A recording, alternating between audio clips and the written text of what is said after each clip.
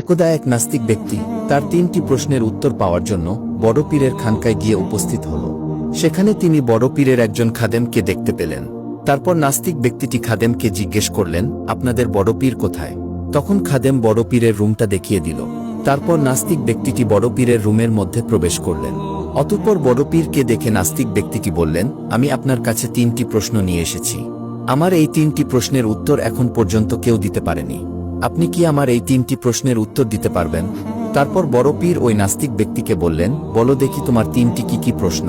তখন নাস্তিক ব্যক্তিটি বলতে শুরু করল, আমার প্রথম প্রশ্ন হল, আল্লাহকে কেউ দেখেনি, তাহলে একজন মানুষ কিভাবে আল্লাহকে না দেখে কালেমা পড়ে এবং সাক্ষ্য দেয় যে আল্লাহ ছাড়া কোনো মাবুদ নেই?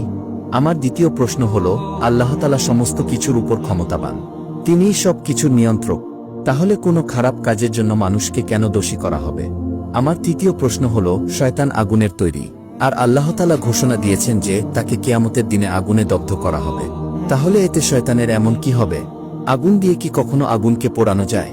অতঃপর নাস্তিক ব্যক্তিটি তার 3টি প্রশ্ন শেষ করে বলল, আমি এই প্রশ্নগুলো ইতিপূর্বে অনেকজনকে করেছি, কিন্তু কেউ আমার এই প্রশ্নের উত্তর দিতে পারেনি, জানি আপনিও পারবেন না।